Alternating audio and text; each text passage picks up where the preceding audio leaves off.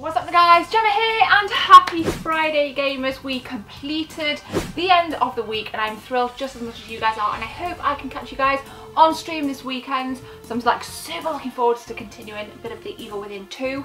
Let me know if you're enjoying it guys, smash your comments below, but before, well actually, let's just shelve that, forget about that. I want to show you guys some pickups. Now I've got an original Xbox game, I've got a Wii game, I've got a Switch game, and then there's some PS4 games. And I think on our pickups is due. There will be a retro game hunt coming soon. I've got a massive plan to visit an awesome retro game shop, and it is probably one of the best and most filled, phenomenal retro game shops I've seen probably ever. I hope it lives up to its expectations, and I hope it lives up to what I've seen on social media. So I'll be visiting that soon. That'll be a tour, there'll be some pickups, so stay tuned guys, stay tuned. Alright guys, I'm going to show you the Switch game first, and as ever, smash your comments below and let me know what you guys have picked up, or tag me on Twitter here, Insta or Facebook right here if you don't want to comment.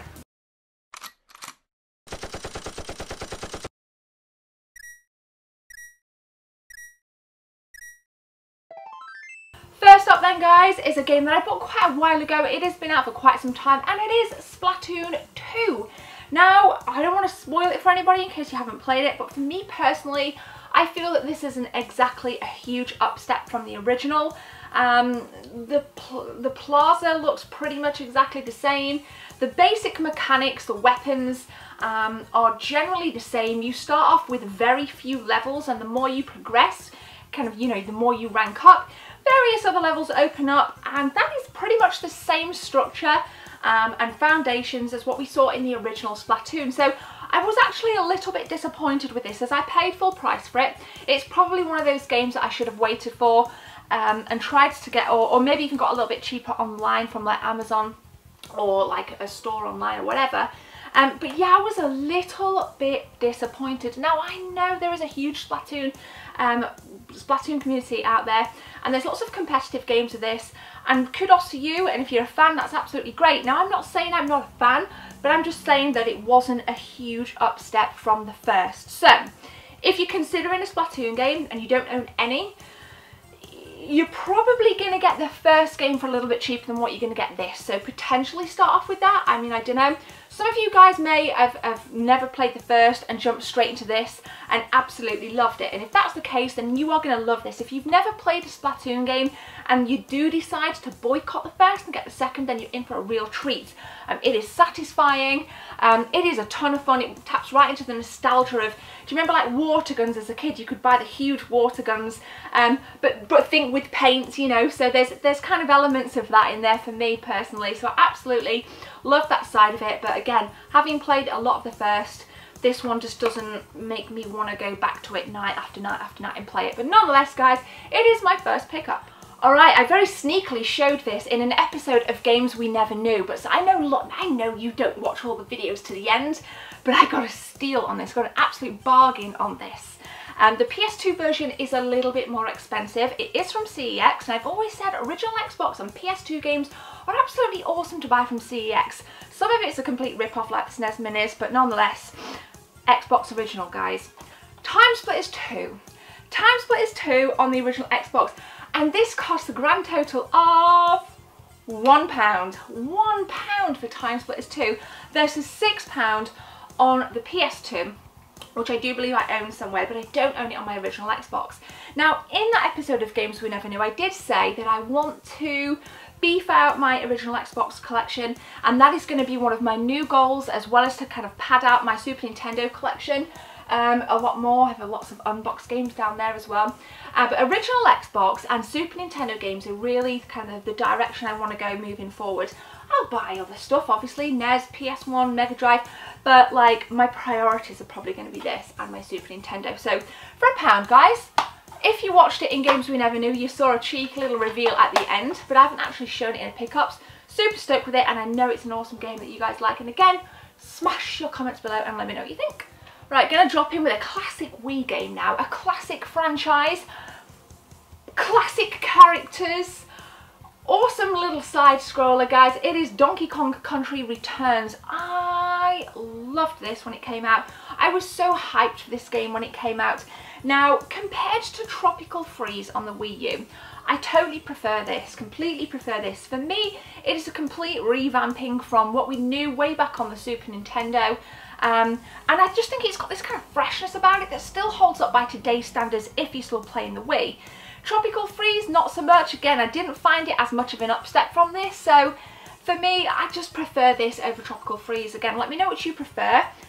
Donkey Kong Country Returns on Wii or Tropical Freeze on the Wii U. Totally respect your opinion, guys, but I totally prefer this. Now, when I got this, I remember, I think I paid about £5 for this. I don't remember where I got it from, but way back when it came out, they gave away in-game these awesome yellow, like banana yellow t-shirts with like a print of the logo on the back.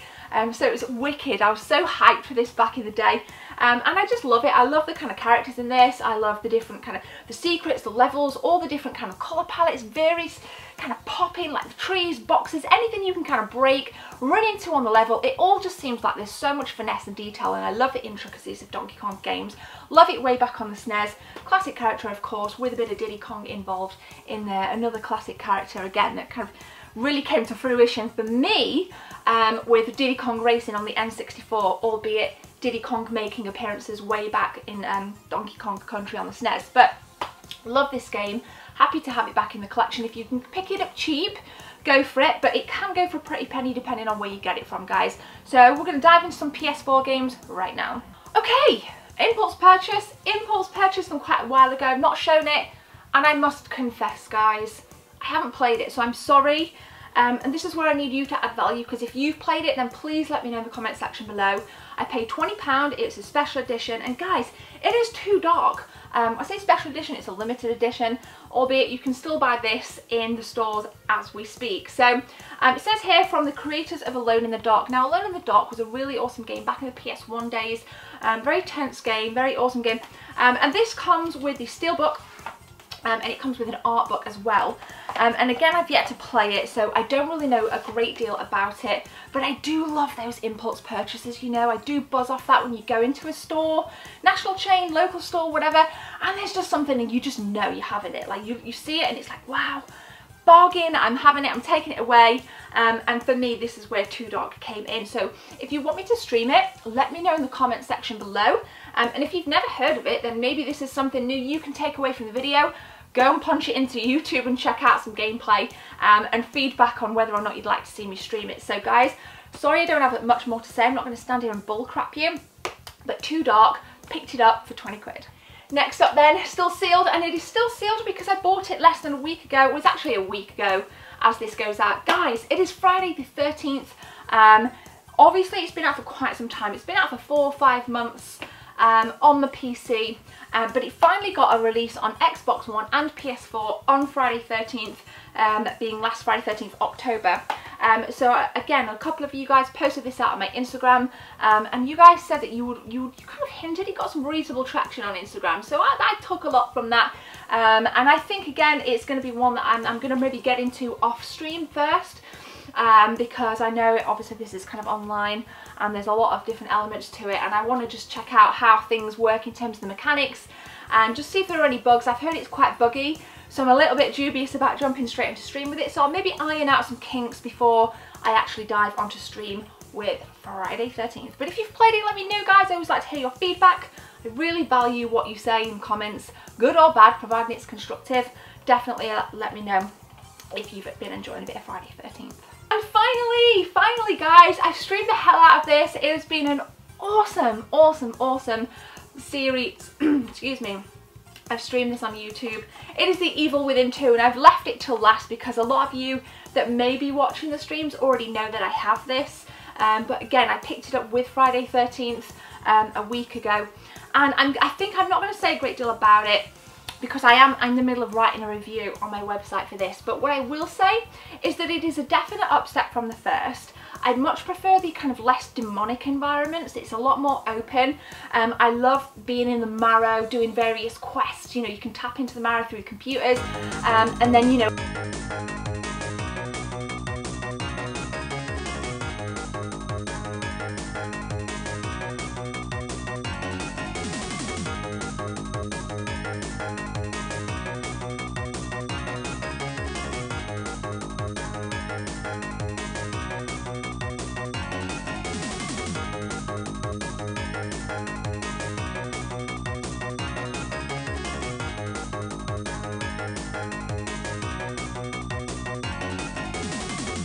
bye.